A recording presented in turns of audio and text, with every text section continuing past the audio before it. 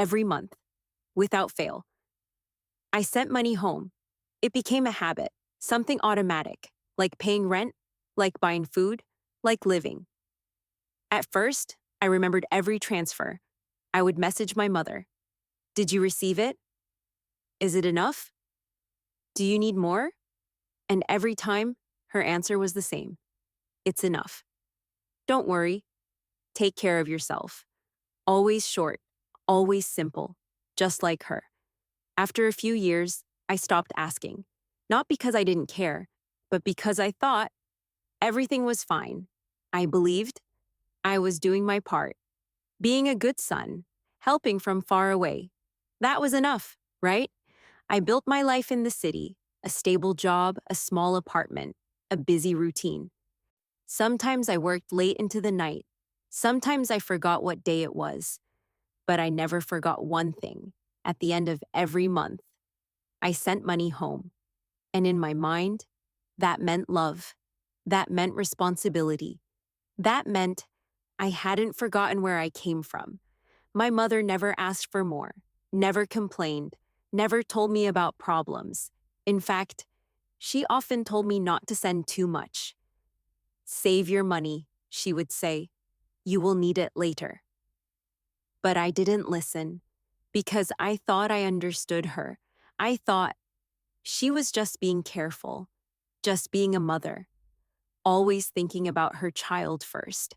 So I kept sending, more when I could, less when things were tight, but never zero, never late. Years passed like that, quiet, predictable, safe, until one day, something small happened, something that didn't seem important at first, but it changed everything. I was cleaning my apartment, going through old messages, old photos, old conversations I hadn't looked at in years. And then I saw it, a message from my mother, sent a long time ago, at a time when I was too busy to notice. It was short, like always. But this time, something felt different. I received the money, she wrote. Thank you.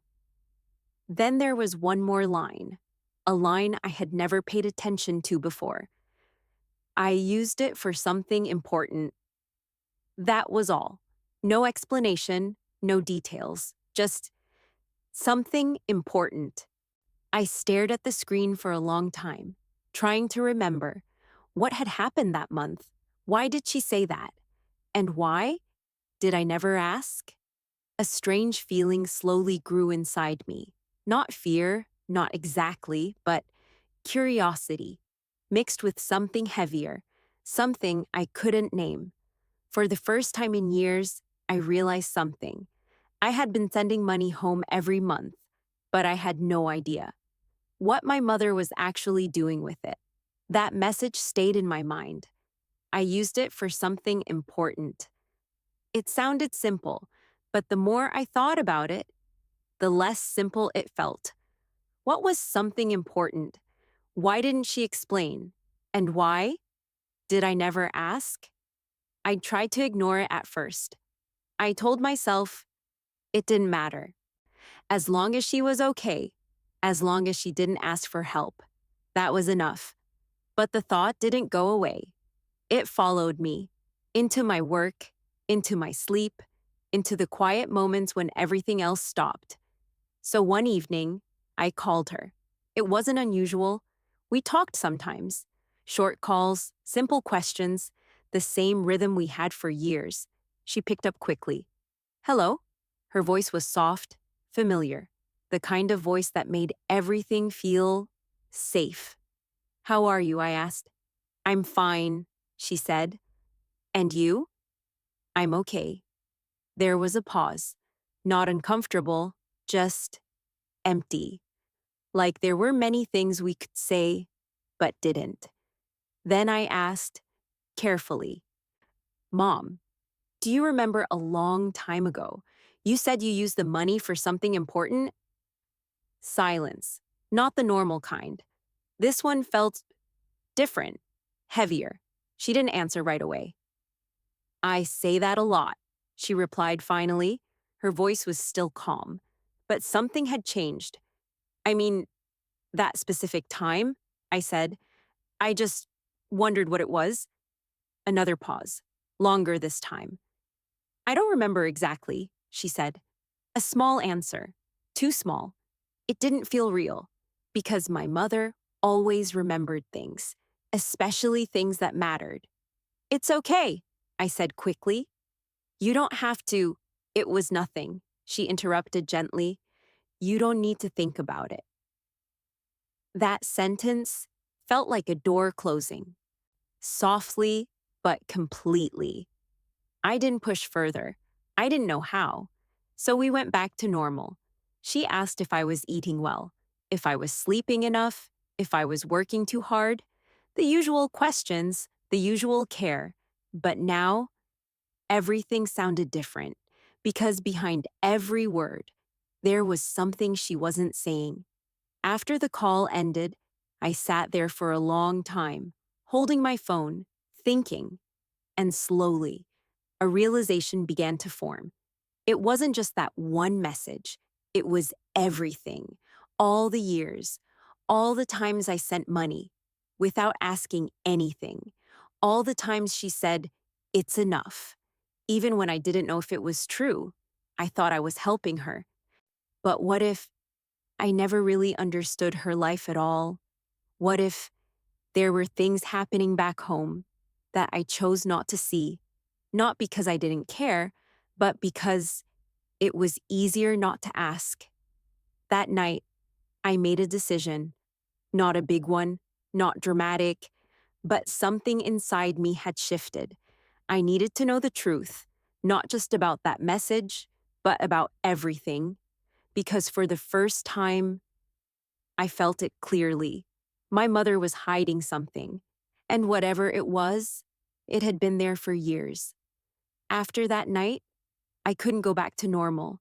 Something had changed, not outside, but inside me. I still worked, still followed my routine, still sent money at the end of the month. But now, every action felt different, like there was a question behind it, a question I couldn't ignore anymore. Where was the money going? And why? Did she refuse to tell me? A few days later, I called an old neighbor, someone who had known my family for years, someone who still lived near my mother. At first, we talked about simple things, the weather, the neighborhood, how long it had been. Then, I asked, "How is my mother?" There was a short pause. "She's fine," he said. The same answer, the same tone. But now, I didn't believe it so easily. "Is she really okay?" I asked again. This time, he didn't answer right away. "Well," he hesitated. "She manages." That word felt incomplete. "What do you mean?" I pressed gently. Another pause. Longer. Like he was deciding whether he should say something or not. "She's strong," he said finally. "She doesn't like to bother anyone." My chest tightened. That sounded like her. Too much like her. "But," I said quietly, "has anything happened?" Silence. Then, a sigh. "There are things," he admitted.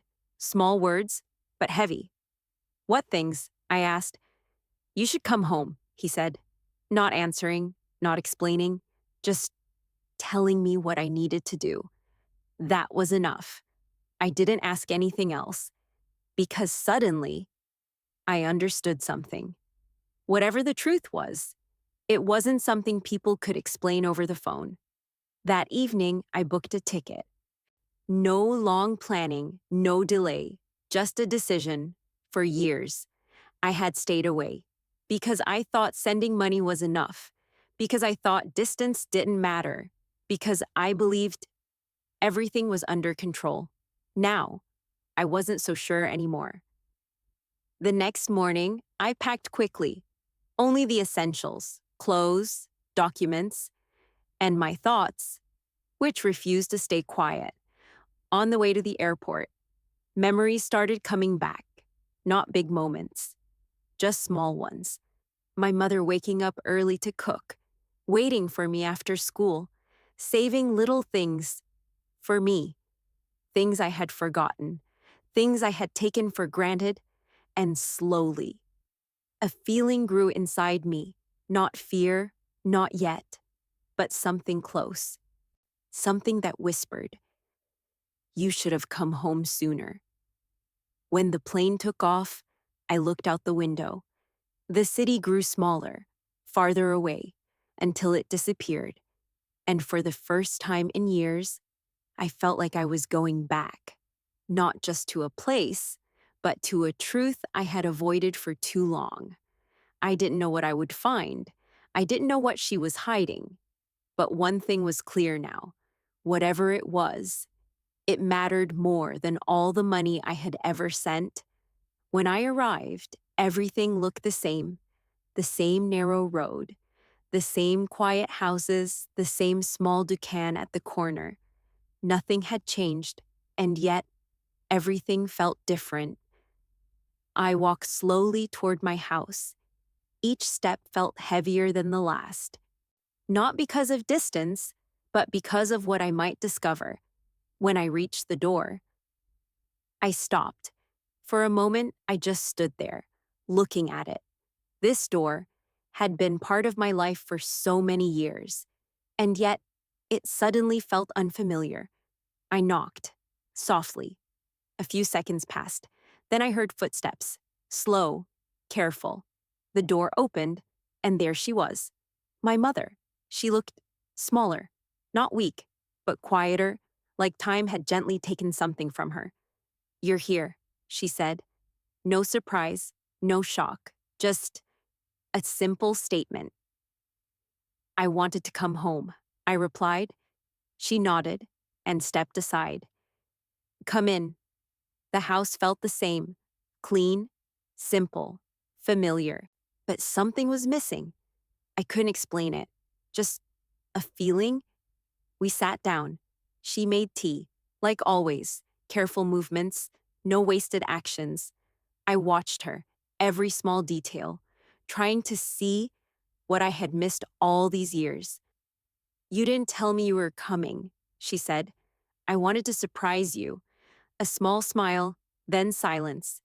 It came again, that quiet space between us, the one filled with things unsaid. Finally, I spoke. "Mom." I talked to the neighbor. Her hands paused, just for a second, then continued. "He worries too much," she said calmly. "It's nothing." That word again, nothing. But now, it sounded even less real. "I came because I was worried," I said. "I just want to understand." She didn't answer. She placed the cup in front of me, then sat down across from me. Her eyes were gentle, but tired, very tired. "There's nothing you need to understand," she said softly. "I'm fine." I looked at her, really looked. And this time, I saw it, not in her words, but in everything else. The thinness of her hands, the quietness in her breathing, the way she avoided my eyes for just a moment too long. "You're not fine," I said quietly. She didn't react, didn't argue, didn't deny, just silence. And in that silence, I finally understood something. My mother wasn't hiding the truth because she wanted to lie. She was hiding it because she didn't want me to worry. Because for her, my peace was more important than her pain. That realization hurt more than anything. "I've been sending money for years," I said, "but I don't know anything about your life." My voice was calm, but inside, something was breaking. She looked at me then, for the first time since I arrived, and in her eyes, there was something I had never seen before. Not just love, but hesitation, like she was deciding whether to finally tell me the truth or continue protecting me the only way she knew how.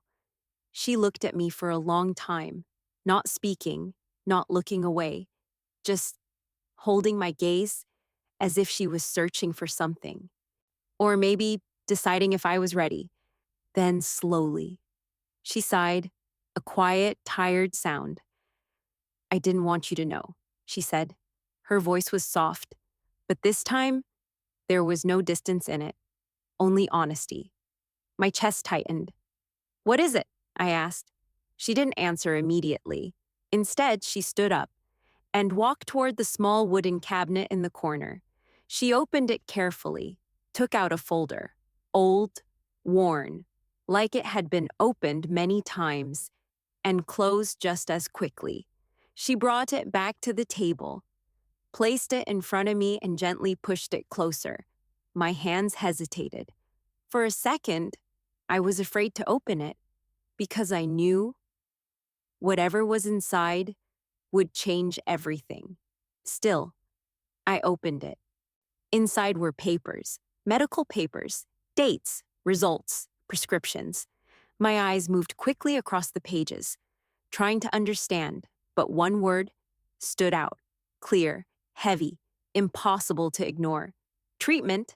I looked up, my voice felt stuck. When? I managed to ask. A few years ago, she said quietly. A few years. The words echoed in my head. That meant all those months, all those transfers, all those conversations where she said, I'm fine. She had been hiding this the whole time. Why didn't you tell me? I asked. This time, my voice broke. She smiled, a small, gentle smile. The money you sent, she said. I used some of it for treatment. Some, not all. That word hurt. What about the rest? I asked. She didn't answer right away. Then she said softly, I saved it. For you. Everything inside me stopped. For me? I repeated. She nodded. I didn't know how long I would be able to work or take care of things, she said. So I kept it. So you wouldn't struggle later. I couldn't speak. For years, I thought I was taking care of her. But the truth was, she had still been taking care of me, even while she was sick, even while she was alone. Tears came quietly. I didn't try to stop them. I should have come home sooner, I said. I should have asked more, done more. She shook her head gently. You did enough, she said. No, I whispered. I didn't understand. And that was the truth. I thought love was sending money, being responsible, staying strong from a distance, but sitting there, in front of her, I realized something much deeper. Love is not just what you give. It's what you see, what you notice, what you choose not to ignore. That day, nothing dramatic happened, no big moment, no sudden change. But something inside me shifted forever. I stayed, not for a visit, not for a few days, but truly stayed. Because for the first time, I understood what she had been giving me all along. Not just care, not just sacrifice, but a quiet kind of love that asked for nothing in return. And I knew I didn't want to miss it anymore.